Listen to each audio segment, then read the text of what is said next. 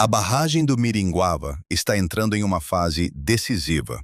E o que acontece aqui pode impactar diretamente o abastecimento de água de milhares de pessoas na região metropolitana de Curitiba.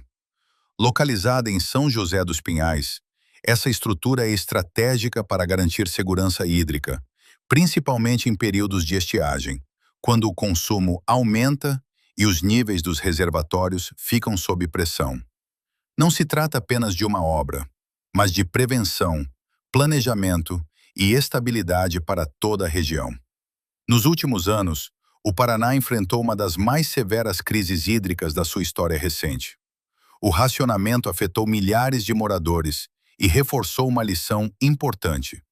Investir em infraestrutura de abastecimento não é escolha, é necessidade.